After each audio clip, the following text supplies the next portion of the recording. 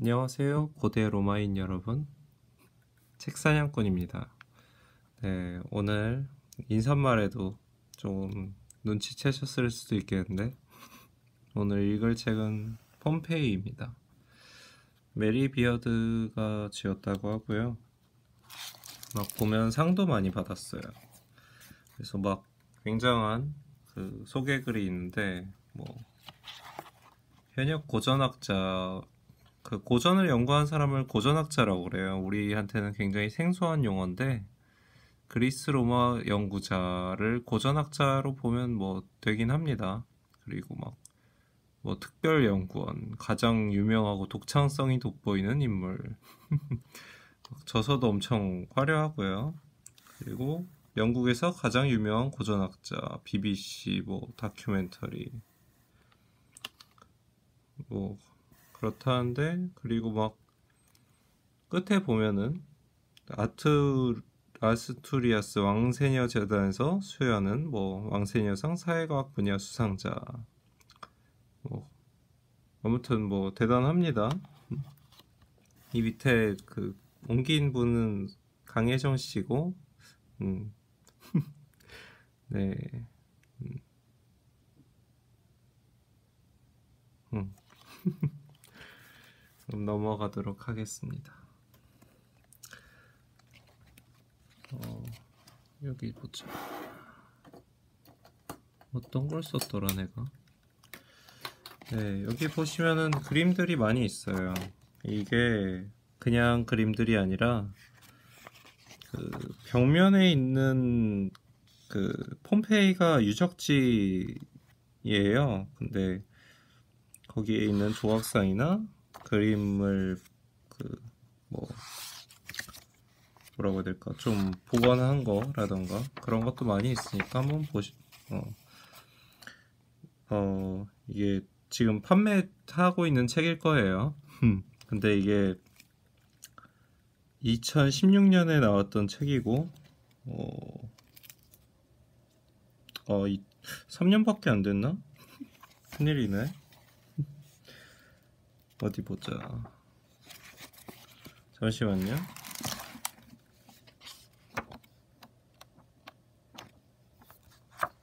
2016년 6월 22일이니까 3년 전 책이네요.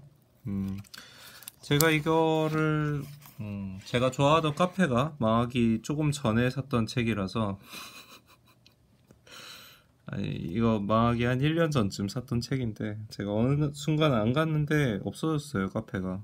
그래서 매우 슬펐는데 아무튼 꽤나 오래된 책이기도 하고 제가 요새 교보문고나 뭐 그런 데를 한 달에 한 번은 꼭 다니는데 근데 이 책도 참 잘 눈에 안 띄고 해서 그래서 프롤로그 부분을 한번 함께 읽어볼까 합니다. 굉장히 많은 두꺼운 책인데요. 아무튼 그 중에 프롤로그를 읽어보죠. 프롤로그도 짧진 않아요. 그리고 굉장히 재밌습니다. 삶이 멈춰버린 도시. 서기 79년 8월 25일 이른 시각의 폼페이. 한동안 비처럼 쏟아지던 부석이 잦아들고 있었다. 부석이라고 하면 그냥 화산재 같은 거, 화산이 폭발할 때 나오는 돌들인가? 미처 도시를 벗어나지 못한 이들이 탈출하기에는 다시 없는 기회였으리라. 부석이 폭우처럼 쏟아지는 최악의 사태에 밖으로 나갈 엄두를 못 내고 실내에 대피 중이던 20명 남짓의 무리는 화산 분출물의 영향권에서 벗어나리라는 실낱 같은 희망을 안고서 동쪽 성문을 향해 발길을 재촉했다. 아이고. 벌써 영화 같아요. 영화보다 더한 실제였죠. 이들보다 몇 시간 전에 같은 경로로 몇 시간 전에 탈출을 시도한 이들이 있었다. 한 부부의 손에는 작은 열쇠 하나와 청동 등잔만이 쥐어 있었다. 열쇠로 잠겨있는 것이 집이든 귀중품을 보관한 서랍장이다 금고든 그들은 상황이 나아지면 되찾으러 올 요량이었던 모양이다. 등잔은 화산재가 하늘을 완전히 뒤덮어 깜깜해진 어둠을 밝혀주기에 역부족이었으리라. 그쵸. 화산재가 하늘을 뒤덮으면 햇빛이 하나도 안 들어오겠죠. 그러나 아프리카 흑인 머리 모양으로 제작된 이 등잔은 굉장히 특이한 모양이죠. 당시 유행하던 값비싼 물건이었다. 사람 머리 모양 등잔이라니 발상은 독특하지만 당혹스러운 감이 없지 않다. 이처럼 기발함을 넘어 엉뚱하다 싶은 폼페이 사람들의 미적 감각에 놀랄 일은 앞으로도 많을 테니 마음의 준비를 해두시기 바란다. 그러니까 몇 시간 전에 탈출을 시도한 부부가 계속 나오네요. 길을 나섰던 부부는 탈출에 성공하지 못했다. 1907년 쓰러진 상태로 그쵸. 그러니까 우리가 알겠죠. 탈출을 성공했다면 모르겠죠. 우리도. 발견된 그들은 부석에 매몰되어 있었으며 그 위치는 다른 이들과 마찬가지로 도시에서 얼마 벗어나지 못한 도로변으로 커다란 무덤들이 줄지어 있었다.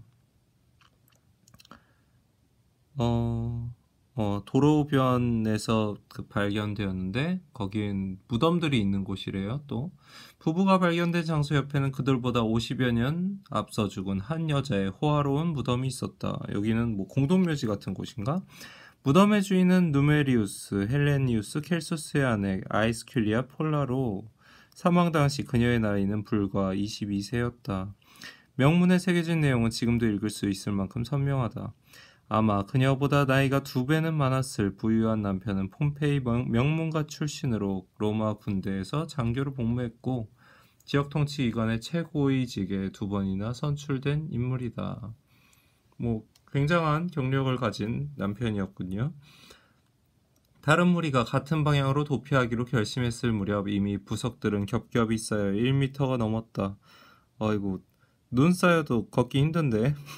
이거는 뜨거운 돌들이려나? 걷기조차 만만치 않아 앞으로 나아가는 속도는 더뎠다. 사람들은 대부분 젊은 남자였고 거의 아무것도 지니지 않았다. 애초에 가져갈 만한 물건이 없었거나 귀중품이 있었다 해도 챙기기 힘든 상황이었으리라.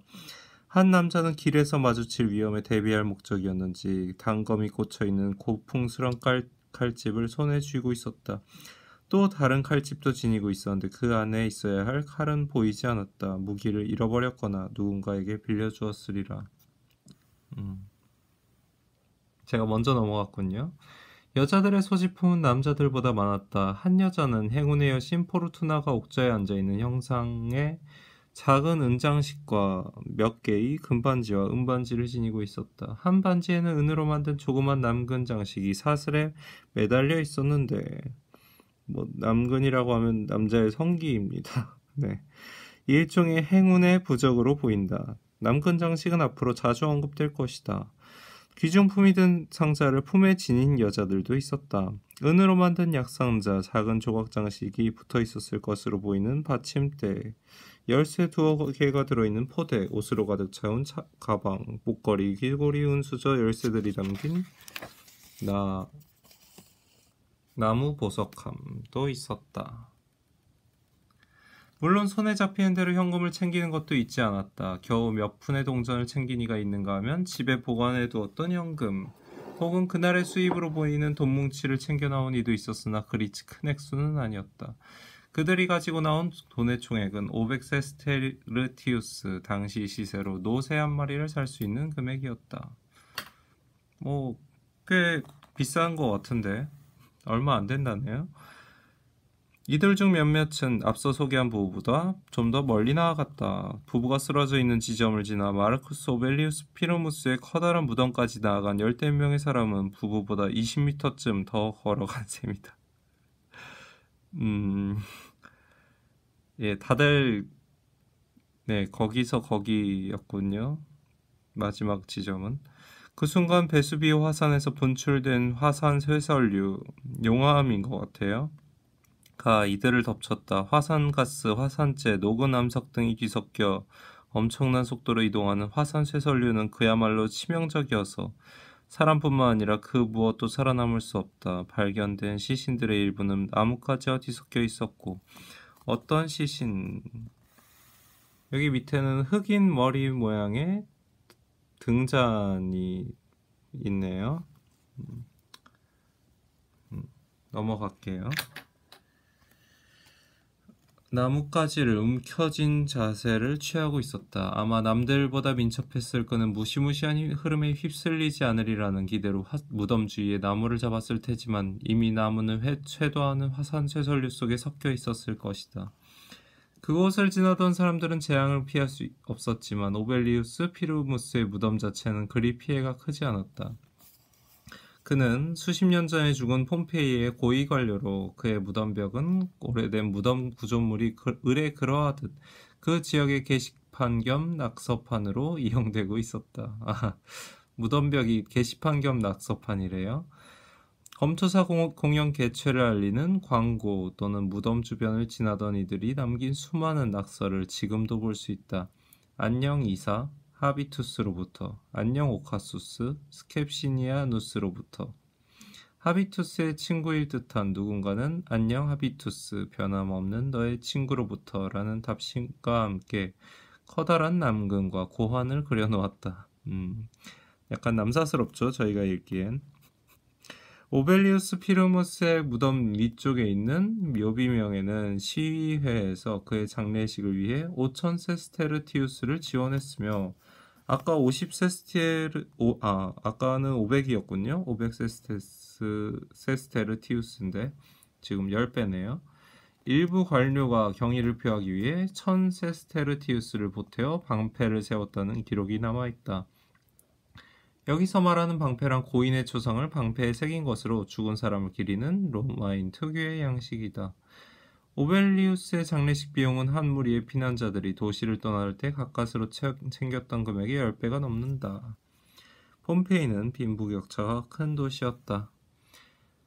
실패로 끝난 탈출에 얽힌 사연은 이외에도 많으며 과학기술을 동원한 세밀한 관찰을 통해 어느 정도까지는 추적이 가능하다. 지금까지 켜켜이 쌓인 부석 안에서 거의 400구의 시체가 발견되었고 딱딱하게 굳어버린 화산쇄설류 안에서도 700구 가까운 시체가 발견되었다.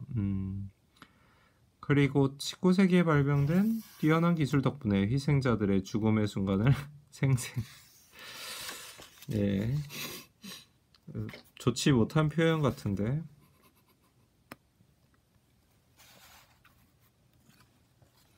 하게 복원할 수 있게 되었다. 그 기술이란 2000년 가까운 세월 동안 옷과 살이 부패되어 생긴 빈 공간에 석고를 채워 넣어 복원하는 기법으로 끌어당긴 튜닉으로 얼굴을 가린 채 두려움에 떨고 있는 남자의 생생한 표정까지 드러낼 수 있었다. 사진이 다음 페이지쯤에 나와요. 중앙광장 거리에서 발견된 4명은 대피 중이던 가족으로 짐작된다. 이들을 보고던 석고상 가운데 아버지일 듯한 맨 앞의 남성은 건장한 체격에 눈썹이 짙고 숱이 많았다. 눈썹과 숱까지 다 알아냈네요. 그는 쏟아지는 화산재와 파편을 막으려는 듯 망토로 얼굴을 가린 상태였고 금장신구 열쇠 2개에 400세스테르티우스 정도의 적지 않은 현금을 지니고 있었다. 그의 뒤로 어린 2딸이 있었고 어머니인 듯한 여성이 맨 뒤에 있었다. 여성은 걷기 편하도록 치맛자락을 추어 올린 채 귀중품이 담긴 작은 가방을 들고 있었다. 다들 이 상태로 사망한 거죠. 그러니까 이렇게 아는 거죠. 가방 안에는 은제품, 숟가락, 포도주잔, 포르투나 여신상이 달린 메달 거울, 망토자락 밑으로 그 왼발을 드러낸 통통한 남자아이의 조각상이 들어있었다. 조각상도 갖고 갔네요. 이 조각상은 정교하지 않았으나 재료가 호박이어서 귀중품에 포함된 듯하다. 폼페이에서 가장 가까운 호박, 이 호박은 보석이죠. 호박 산지는 수백 킬로미터나 떨어져 있는 발트해였기 때문에 소위 물 건너온 제품이었을 것이다. 희생자들과 함께 발견된 다른 물건들 또한 저마다의 사연을 들려준다. 의료도구가 담긴 상자를 가지고 탈출했지만 원형 경기장 근처 대운동장을 지날 무렵 화산쇄설류에 매몰된 의사도 있었다. 의사는 앞서 소개한 이들과는 달리 남쪽 성문으로 향하던 중으로 보인다. 도심 저택의 정원에서 발견된 노예는 발목의 족쇄 때문에 꼼짝할 수 없었던 게 분명하다. 네, 안타깝죠. 이시스 신전에 귀중한 물건들을 꾸려 탈출하려던 사제 아니면 신전에서 자비를 하는 아랫사람은 채 50m도 못 가서 죽고 말았다. 보석으로 한껏 치장한 채 검투사 수용소 안에서 발견된 귀부인의 이야기도 빼놓을 수 없는데 로마 상류층 여자들이 근육질의 검투사들에게 열광했던 증거로 자주 언급되는 사례이기도 하다. 해설자들은 절체절명의 순간에 하필 그곳에 있다가 자신의 불륜을 만천하에 공개한 꼴이 되었다는 해석을 곁들이곤 하지만 알고 보면 이는 불륜 장면과는 거리가 멀다. 그녀는 젊은 연인을 만났던 것이 아니라 험한 길 때문에 탈출이 힘들어지자 이곳으로 피신했을 가능성이 높다. 그것이 젊은 남자와의 미래였다면 이들 남녀는 17명. 너무 많네요. 미래라기보단 좀 그렇네요. 이게 끌어당긴 튜닉으로 얼굴을 가린 채 두려움에 떨고 있는 남자의 생생한 표정까지 드러낼 수 있었다. 이게 이 모습이 누가 조각한 게 아니라 여기에 이 사람의 형상을 복원한 거죠. 그러니까 실제로 정말 이렇게 사망한 거죠. 이 모습으로. 네. 굉장히 막 무섭죠. 무서움이 느껴지죠. 그쵸. 17명의 다른 사람들 그리고 2마리의 개와 함께 한 셈이다. 그들 모두가 작은 방 안에서 발견되었으니 말이다. 뭐 불륜이라기보단 피난처에 가까운 느낌이네요. 예나 지금이나 폼페이에서 발견된 시체는 화산 폭발로 폐허가 되어버린 도시를 대표하는 가장 강력한 상징이자 이미지이며 사람들의 시선을 사로잡는 최고의 볼거리다. 발굴 초기인 18세기와 19세기에는 유골에 대한 기대와 관심이 워낙 커서 왕족이나 고관이 현장을 찾으면 마치 유골이 처음 발견되는 것처럼 일종의 쇼를 연출하기도 했다. 감상적인 여행자들은 거대한 자연 앞에 인간이라는 존재의 나약함 같은 보편적인 감상에 빠지거나 눈앞에 유골로 남아있는 가엾은 사람들이 겪었을 끔찍한 재앙을 떠올리며 격앙된 감정을 쏟아냈다. 그 결과 이러한 감성적인 반응을 패러디하는 작가들까지 등장했다. 원래는 영국인이지만 이탈리아인 음악교사와 결혼하여 이탈리아 성을 갖게 된 헤스터린치 피오치도 그러한 작가들 중 한 명이었다. 피오치는 1876년 폼페이 유적지를 둘러본 뒤에 이렇게 말했다. 지금 이런 광경이 미래에 재현될지도 모른다고 생각하면 얼마나 끔찍하고 두려운가. 지금의 구경꾼이 다음 세기 여행자의 구경거리가 되고 그들이 우리 뼈를 나폴리 사람의 그것으로 착각해서 자신들의 모국으로 가져가 구경한다면 말이다. 거기까지 생각했네요. 뼈를 가져가는 건 조금 특이한 상상력인 것 같은데 이 사람은 그게 보편적인 거라고 생각하고 얘기한 거겠죠.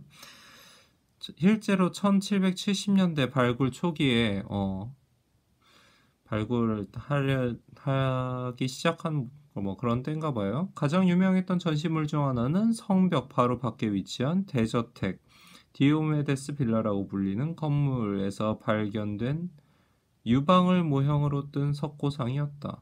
처음 발굴자들은 딱딱하게 굳은 화산재 속에서 시체의 온전한 형태뿐만 아니라 그녀가 입었던 의복, 심지어 머리카락의 흔적까지 볼 수 있었다. 와, 발굴을 했더니 다 온전하게 남아 있었어요. 그러나 당시는 시체의 공동을 활용한 석고 모형 기술이 완전해지기 전이었다.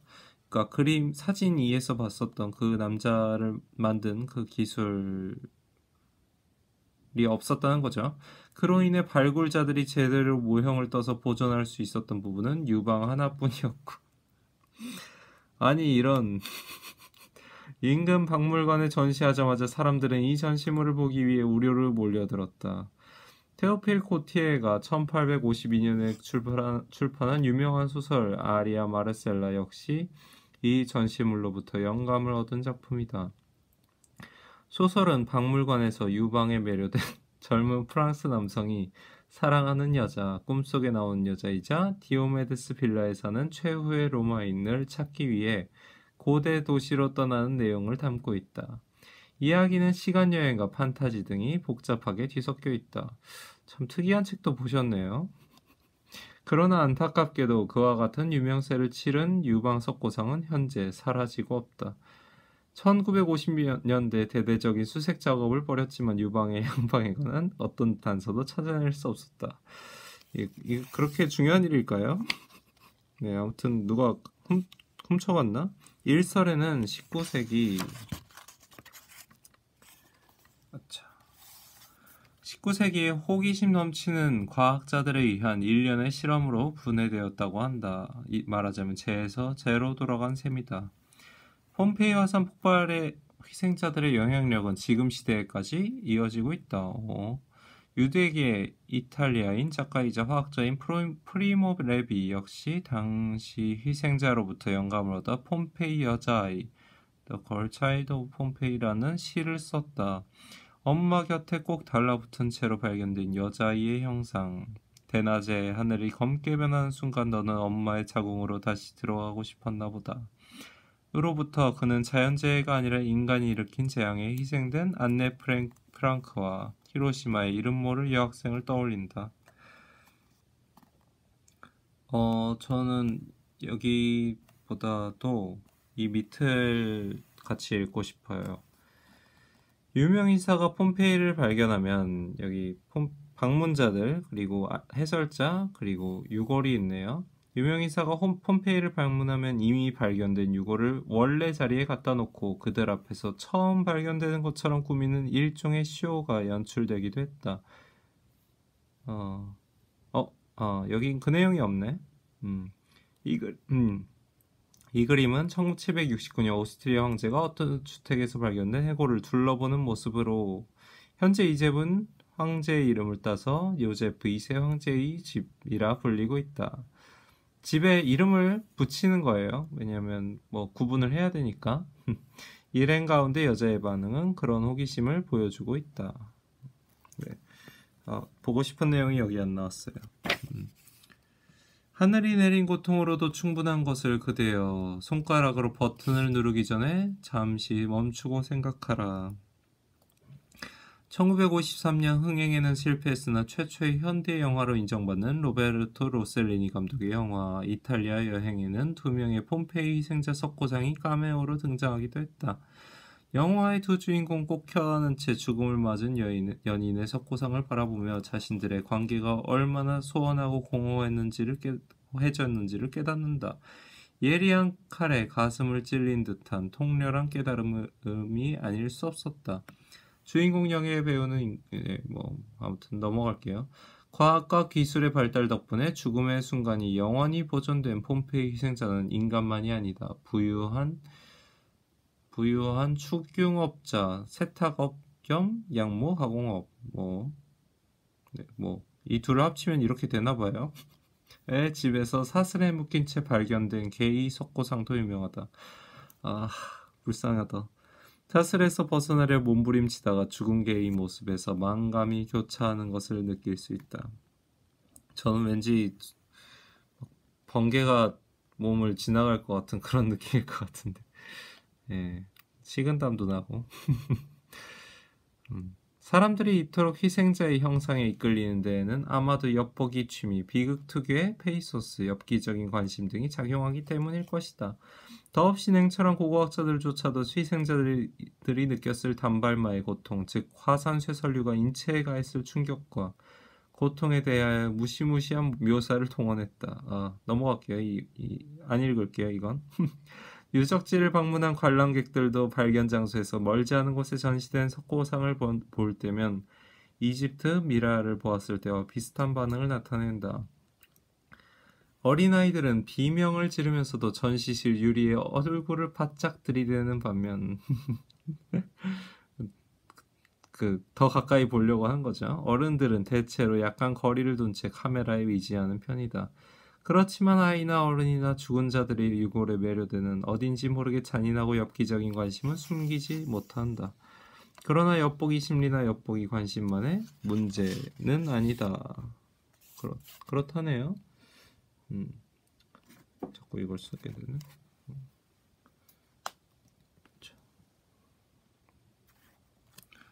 석고상으로 완전히 재탄생되었든 그렇지 않든 간에 이들 희생자를 통해 우리는 수천 년 세월을 뛰어넘어 고대 세계와 직접적으로 연결되는 강렬한 느낌을 받는다. 유골과 석고상을 통해 재구성되는 당시 실존했던 사람들의 이야기, 그들의 선택, 결정, 그들이 품었을 헛된 희망에까지도 공감하게 되는 것이다.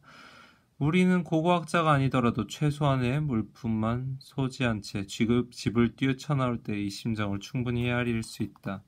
자신의 생활수단인 위료도구만을 챙긴 의사의 선택에 연민을 느끼는 동시에 다른 모든 것을 포기해야 하는 아쉬움에 공감하게 되고 언젠가는 돌아오리라는 믿음으로 현관 열쇠를 챙겼던 이들의 헛된 기대까지도 10분 이해할 수 있다.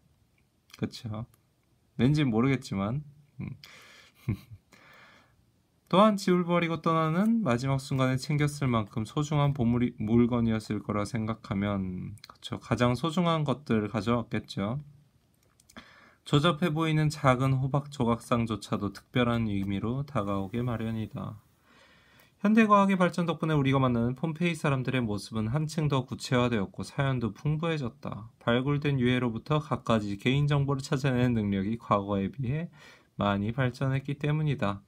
당대 그 사람들의 평균 신장과 같은 비교적 간단한 수치 측정부터 고대 폼페이 사람들의 키는 현대의 나폴리 사람들보다 조금 더 컸다.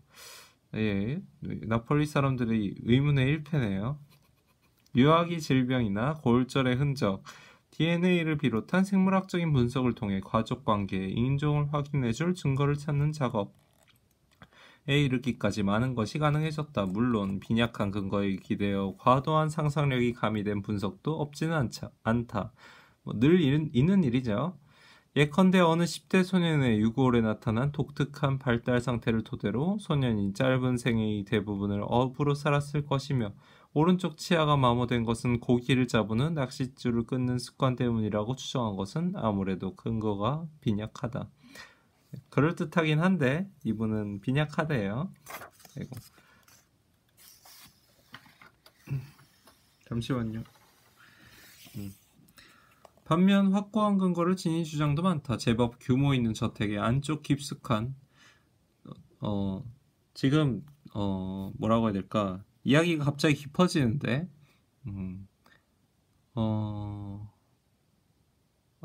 폼페이가 도시였죠. 도시라서 굉장히 커요. 그래서 이야기가 아주 많아요. 그리고 상당히 많은 건물들이 있고 상당히 비밀스러운 집도 있고 이런 것들을 하나하나 소개해주고 계시는 겁니다. 지금 개괄로 끝내지 않네요. 제법 규모 있는 저택의 안쪽 깊숙한 2개의 방에서 주인과 가족, 노예로 추정되는 12명의 유골이 발견되었다.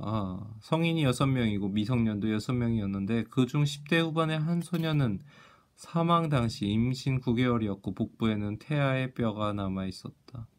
아마도 거동이 불편한 만삭의 임산부 때문에 그들은 서둘러 피하지 못하고 은신처에 남은 것으로 보인다. 1975년에 발굴된 이래로 이 유골들의 보존과 관리는 제대로 이루어지지 않았다. 아쉽죠. 최근 어느 학자는 하나의 두께골은 엉뚱하게도 아래쪽 앞 어금니가 위쪽 가운데 앞니 자리에 접합되었다. 이럴 수 있나요? 고 주장했는데 이는 고대의 엉성한 치아 교정 기술의 증거라기보다는 현대의 어설픈 보건 기술을 보여주는 증거였다. 이쪽이 더 합리적인 것 같네요.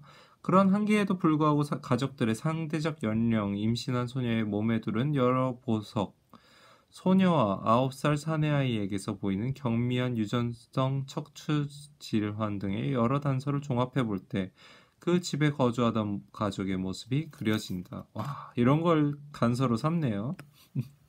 우선 노년의 부부로 보이는 60대 남자와 관절염 증상이 잠시만요. 2000년 전 폼페이에서 화산 용암 뭐 그런 걸로 덮쳐져 갖고 사망한 사람의 관절염이 있다는 걸 어떻게 알죠? 대단하네요. 증상이 뚜렷한 50세 가량의 여자는 집주인이자 임신한 소녀의 부모 또는 조부모일 가능성이 크다. 임신한 소녀는 몸에 걸친 갖은 보석으로 보아 노예가 아니며 사내 아이와 동일한 척추 질환을 지니고 있다는 점은 둘의 혈연 관계를 짐작케 한다. 즉 9살짜리 사내 아이는 임신한 소녀의 동생일 것이다. 예, 척추 질환도 아까 나왔었죠. 생각해 보니까. 약간 구부러진 뭐 그런 건가? 소녀와 그녀의 남편은 20대로 보이는 그의 머리는 심하게 오른쪽으로 기울어진 상태로 상당한 통증을 받았을 것이다. 처음부터 이곳에 살고 있었거나 출산을 위해 잠시 쉬러 왔거나 공교롭게도 예기치 못한 파국의 시기에 처가를 방문했을 것이다. 뭐 다양하네요. 공교롭게도 예기치 함께 발견된 다른 성인, 즉 60대 남자와 30대 여자는 이들의 친척이라기보다는 노예였을 것이다. 앞서 치아가 엉뚱하게 접착된 경우를 제외하고 그들의 치아를 꼼꼼히 분석하면 추가 정보를 얻을 수 있다. 그들은 대부분 치아의 범랑질 때문에 부분에 고리 모양의 흔적들을 지니고 있는데 유년 시절에 겪은 여러 차례의 이 전염성 질환을 말해준다. 전염성 질환. 이는 로마 시대의 유아들이 처한 위험천만한 상황을 상기시키는 좋은 예로 그 당시 태어난 아이들의 절반은 10세 이전에 죽었다. 그나마 다행인 것은 10세까지 살아남은 경우에는 40세 넘어서까지 생존할 확률이 높았다는 점이다. 현대 서구인에 비하면 정도가 약한 편이지만 분명히 드러난 치아 부식의 증거는 당분과 녹말이 많이 함유된 식생활을 말해준다. 다만 성인 중에서 임신한 소녀의 남편은 치아 부식의 흔적을 찾을 수 없는 반면 불소 중독의 증거를 보였다. 불소가 닦을 때 쓰는 거죠. 이로써 아마도요. 이로써 그가 성장한 지역은 폼페이가 아니라 천연 불소 수치가 높은 다른 곳이었음을 추측해야 한다. 특히 인상적인 것은 모든 유골의 치아에 치석이 보인다는 점이다. 어린아이에게도 예외 없이 치석이 끼어 있었으며 덜어는 그 두께가 몇 밀리미터나 되었다. 네, 너무 그 사람들의 이 치아 사정까지 너무 오는 거 아닌가요? 이처럼 치석이 심했던 이유는 명확하다. 물론 당시에도 익수시개가 있었을 것이며 치아 광택과 미백에 효과가 있는 특효약들도 조제되었다. 양리학에 관한 저술을 살펴보면 클라우디우스 황제의 주치의가 불에 태운 사슴의 뿔, 송진 암염으로 약을 만들어 메살리나 황제의 메살리나 왕비의 미소를 아름답게 만들어 주었다는 내용이 있다. 아, 그렇구나. 그러나 칫솔은 없었다. 폼페이는 인내가 심한 도시였을 것이다. 묘한 개그를. 복잡한 흔적을 간직한 도시. 이 상황이 복잡하지 않으면 복잡할 수밖에 없을 것 같은데 다 지금 난리가 난 상황이죠. 화산이 막 출산이 임박한 만삭의 여인 기둥에 묶여있는 게 지독한 입네. 이 모든 것은 갑자기 세상이 멈춰버린 로마 어느 도시의 평범한 일상을 보여주는 인상적인 이미지다. 자, 이제 이 문단까지만 읽고 다음 편에 계속하도록 하겠습니다. 비슷한 사례는 이외에도 많다. 빵을 굽던 중에 뛰쳐나온 바람에 화덕 안에는 구워지던 빵이 그대로 남아있었고 먹고 싶다. 실내에서 벽화를 그리던 화공들은 물감통과 회반죽이 가득 담긴 양동이를 비계 뭐라고 해야 될까, 높은 벽 그 그림을 그리려면 뭘 설치를 해야 되잖아요. 그 발받침대를 그런 나무 받침 커다란 그런 걸 비계라고 하죠. 비계 위에 놓아둔 채 부랴부랴 빠져나갔다. 세워져 있던 비계가 화산 폭발의 충격으로 쓰러지면서 동시에 물감이며 양동이 속의 회반죽이 맞은편 벼룩으로 쏟아진 흔적. 그림을 지우는 데 사용되었던 두툼한 빵 조각까지도 생생히 볼 수 있다. 그 당시도 빵을 사용했군요. 그림을 지울 때. 그러나 이런 피상적인 시선을 넘어 그 내부를 들여다보면 폼페이 이야기는 복잡하고도 흥미롭다. 우선 폼페이를 19세기에 불가사의하게 버려진 마리 셀레스트호의 고대 버전쯤으로 생각해서는 곤란하다. 선원들이 모두 사라진 채로 발견된 마리 셀레스트의 호에는 아침 식탁에 오른 삶은 계란까지 그대로 놓여 있었다고 하지만 폼페이는 주민들이 아무런 징후도 느끼지 못한 채 생활하다가 한순간에 모든 것이 중단된 그런 도시가 아니다. 여기가 재밌어요. 그래서 다음 편으로 이어나가려는 이 치사한 짓을 하는 건데 아무튼 무엇보다 폼페이 사람들은 며칠 전, 아니 적어도 몇 시간 전에는 위험을 예고하는 신호들을 감지했다. 실제 목격자의 기록으로 지금까지 멈출 수가 없네요. 남아있는 것으로는 소플리니우스, 고대 로마의 문인이자 정치가 이름이 같은 삼촌과 구별하기 위해 소자를 붙였네요. 그가 역사가 친구 타키투스에게 보낸 2통의 편지가 유일한데 화산 분출 관측의 기록이죠. 이 편지는 사건이 발생한 지 25년이 지난 뒤 타키투스의 요청에 따라 기억을 더듬어 작성한 것이다. 25년이란 기억을 믿기 힘들 수도 있지만 워낙 강렬했겠죠.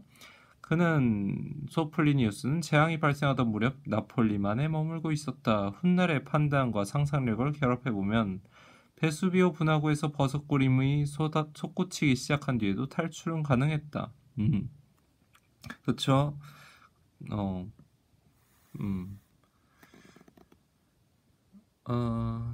네. 당시 재앙의 희생자 가운데 가장 저명한 인사를 꼽으라면 아마도 그의 삼촌, 즉 데플리니우스. 천문지리, 인문, 자연학 분야를 넘나드는 백과사전적 저서인 박물지를 남긴 로마의 제독. 와, 대단한 사람이었네요. 일 것이다. 그러나 그가 죽게 된 원인은 탈출할 시간이 없어서가 아니라 지병인 천식 그리고 과학자 특유의 호기심을 떨치지 못하고 현장을 더 가까이 살펴보려 한 탓이었다. 아이고. 그의 행동은 용감했지만 결과적으로는 어리석은 판단이었다. 또한 많은 현대 고고학자는 최종 재앙이 일어나기 며칠 전 혹은 몇 달 동안 진동과 소규모 지진이 분명히 나타났을 것으로 추정하는데 네, 그렇죠. 그런 현상은 도시를 떠나게 할 만한 경고였다. 이런 위협 가운데 매몰된 도시는 폼페이만이 아니었다. 베수비오 화산 남쪽의 넓은 띠를 이루는 지역이 화산의 영향권이었으므로 헤르클라네움과 스타비아이 지역도 재난범이었다. 실제로 도시 안에서 발견된 시체 수는 많은 주민이 도시를 떠났다는 사실을 말해주고 있다. 네, 그렇죠. 다 바보라고 생각해서는 안 되겠죠. 네, 지금까지 발견된 유골은 대략 1100구로 고대 폼페이에서 아직 발굴 작업이 완료되지 않은 4분의 1 정도의 지역에 묻혀 있을 유골과 발굴 초기에 유실된 부분, 특히 어린아이 유골을 동물뼈로 오인하여 버리는 경우가 많았다. 까지 감안한다 해도 당시 재앙으로 목숨을 잃은 주민의 수는 2,000명을 넘지 않은 것으로 보인다. 당시 폼페이의 인구 밀도에 대해서는 현대 어느 지역을 비교 대상으로 삼느냐에 따라 차이가 있겠지만 폭발 당시 폭넓게 6,400에서 3만 명 정도로 추정된다. 전체 인구를 6,400명으로 추정한다 해도 2,000명의 희생자는 적은 편이며 전체 인구를 3만으로 본다면 희생자의 비율은 훨씬 낮아진다.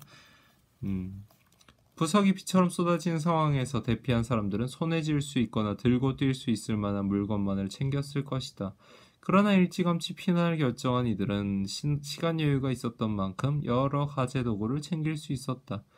따라서 당나귀, 마차, 손수레 등의 가능한 한 많은 물건을 싣고 주민들이 도시의 성문을 빠져나가는 복잡하고 혼란스러운 대이동의 풍경을 그려볼 수 있다. 충분히 있었던 일이겠죠. 어떤 이들은 위험한 상황이 지나가면 다시 돌아올 생각으로 귀중품을 창고에 넣고 열쇠로 잠가버리는 실수를 저질렀다. 폼페이 시내와 외곽의 여러 저택에서 탄성을 자아내는 은제품, 화려한 보석들이 발견된 사실은 그러한 상황을 설명해준다. 고고학자들이 발견한 폼페이는 이처럼 주민들이 황급히 짐을 꾸려 떠난 뒤에 남겨진 도시다. 이 부분은 폰트가 다르네요. 떠난 뒤에 남겨진 도시다. 대체로 폼페이의 주택에 가구가 많지 않고 깔끔히 정리된 것처럼 보이는 이유도 바로 그 때문이라고 할 수 있다. 즉 집주인이 소중한 물건들을 마차에 가득 싣고 떠났을 뿐 서기 1세기에 오늘날과 같은 미니멀리즘이 유행했으리라 보기는 어렵다. 예. 사람들이 허전하게 산 게 아니라 그냥 갖고 간 거죠. 그냥 막 영화 같은 거 떠올리면 왠지 다 비어있고 침대 같은 것만 있고 탁상 같은 것만 있고 그랬던 것 같은데 아니었겠죠? 폼페이 주택들의 발굴 과정에서 가끔은 내부 공간에 어울리지 않는 물건들이 발견되기도 한다. 수수께끼가 굉장히 많은데 이건 같이 보셔야 합니다. 이 역시 사람들이 다급하게 짐을 챙겨 떠나는 상황과 관련이 있을 것이다.